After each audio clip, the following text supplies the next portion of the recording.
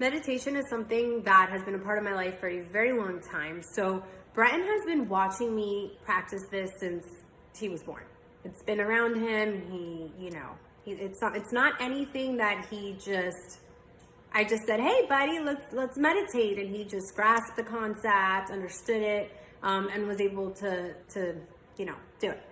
So what I started doing was, well, first of all, and I think that this is something that's very important to mention, is implementing, if you don't already, just conscious parenting. Conscious parenting, I'm going to do a whole video on that, but basically part of conscious parenting is making sure that you acknowledge your child's emotions, feelings, fears, whatever it is, you acknowledge them. You support them in the way that they need to be supported rather than just leaving them to deal with them by themselves and not understand and all of those things. So you want to help your child feel safe. So from the beginning, anytime, and he rarely throws tantrums or anything like that. And yes, personality has to do with it, but also the biggest reason why a lot of children throw tantrums is they need something, something hurts, and they can't tell you what it is. They are feeling a lot of big feelings, big emotions, and don't know how to express them or separate them. They're overwhelmed. How do I process this? Things that they aren't yet capable of doing because they haven't learned. And also, we have to remember that their brain development is different from ours. So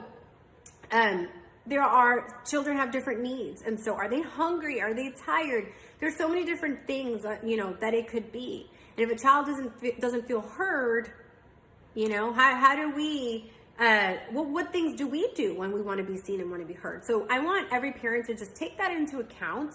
So going back to this, because I don't want to get super off track, but so whenever he would be upset or anything like that, I would get down to his level, acknowledge the feeling, the emotion, and why he may be feeling that way. So reminded him it's okay to cry, it's okay to be upset.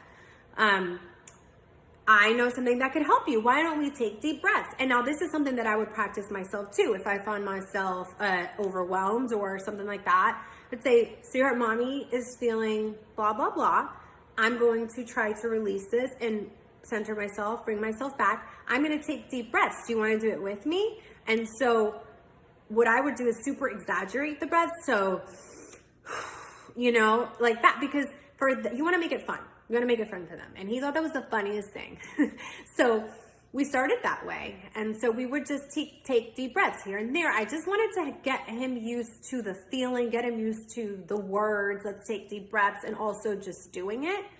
And so we would apply this in situations where he was upset or, he just, whatever, your child when they're not exactly happy at the moment, or they're whining or something, there's something up, right? So we want to give them tools to be able to better handle those things. Now, expectations go out the window. They are children, they're babies. And so, just let those frustrations go. They are not meant to just get this. There's adults that just don't get this for a long time. And even at 3, it's not that he's sitting there and he's really fully understanding what meditation is and what the process is and what, it does, but you're still introducing it to them. It takes a while for them to actually really grasp what this means and what it really does for me. However, it is helpful. It is a tool, and we want to, as parents, be able to give our children as many tools as possible to be able to regulate their feelings.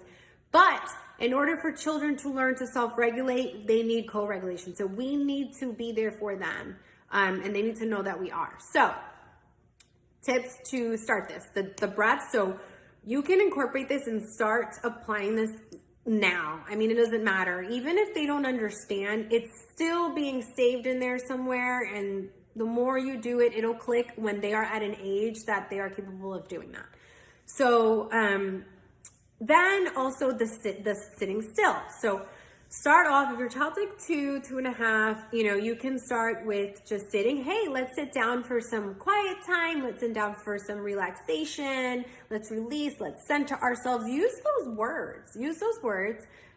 It's okay. They will, kids understand more than we think. And it's also, we're teaching them something. So You want to sit down.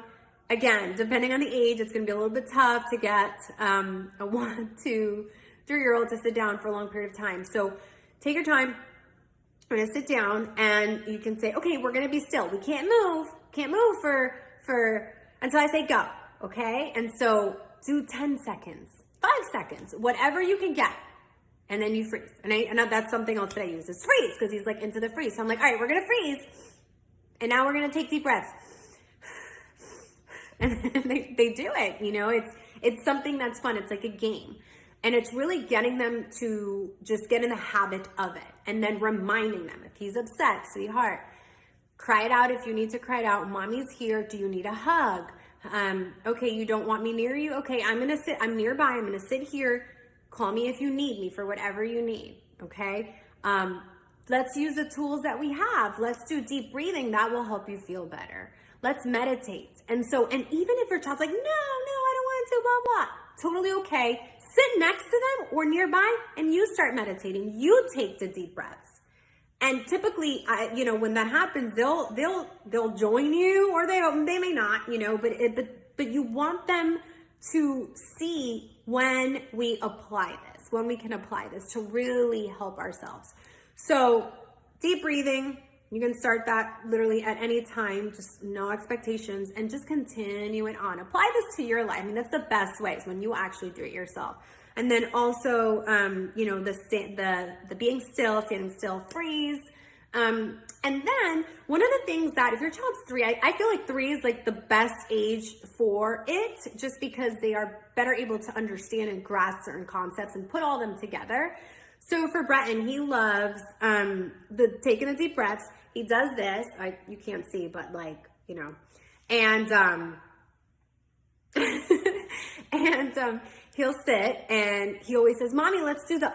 So that's the universal sound of the universe, and so he likes doing that. It's fun for him. So he'll cross his legs, he'll go like this, and he'll close his eyes super, super tight. And he's like, and we both do it together.